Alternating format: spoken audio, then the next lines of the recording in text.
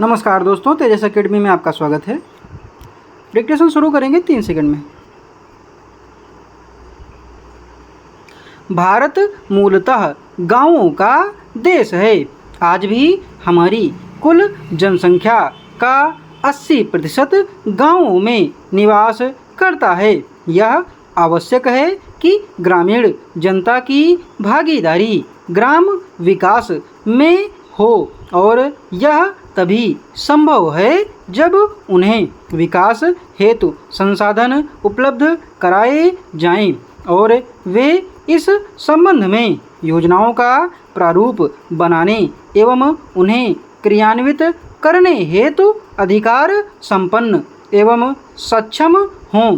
पंचायती राज व्यवस्था इसी उद्देश्य की पूर्ति करती है।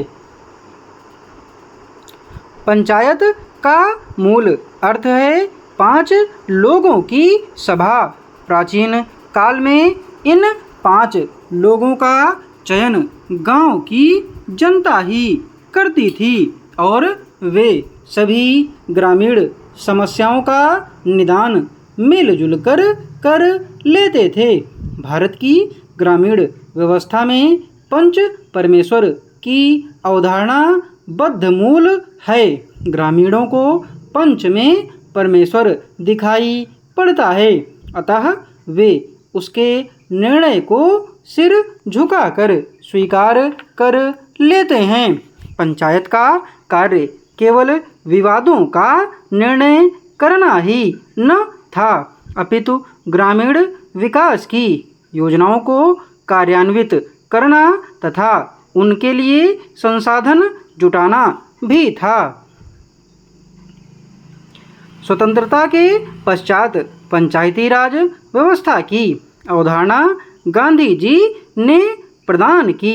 भारतीय संविधान के अनुच्छेद 40 में राज्यों को पंचायतों के गठन का निर्देश दिया गया है।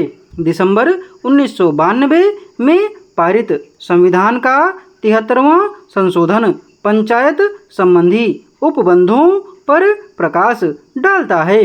इसमें यह व्यवस्था है कि प्रत्येक राज्य में गांव तथा जिला स्तर पर पंचायतें स्थापित की जाएंगी।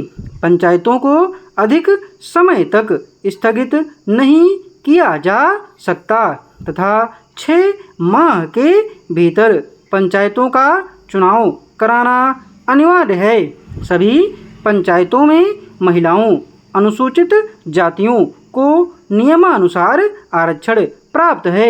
उन्हें कराधान करने की शक्ति प्राप्त है।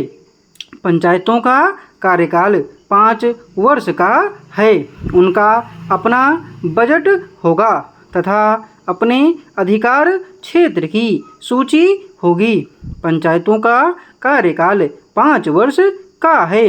उनका अपना बजट होगा तथा अपने अधिकार क्षेत्र की सूची होगी।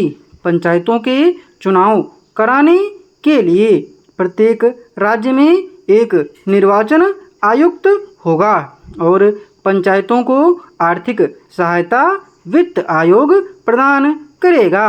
लोकतंत्र में सत्ता का विकेंद्रीकरण होना चाहिए।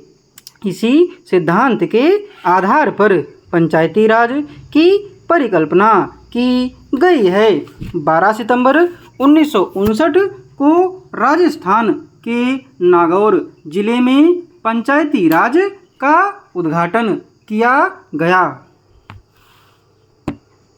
जहाँ तक सहकारिता का संबंध है, चाहे सरकारी दल वाले माननीय सदस्य हों, चाहे विरोधी दल वाले माननीय सदस्य हों, सबकी यह मांग है कि जब हम जनता के राज में विश्वास करते हैं और अपने यहाँ जनता का राज स्थापित कर लिया है और जबकि देश में गरीबी है और उसका गलत लाभ भी उठाया जाता है, तब सहकारिता की बहुत आवश्यकता है।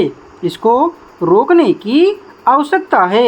यह सभी लोगों की राय है। जहाँ तक इस सहकारी बिल का संबंध है, बहुत से माननीय सदस्यों ने बहुत सी बातें इसके संबंध में कही हैं।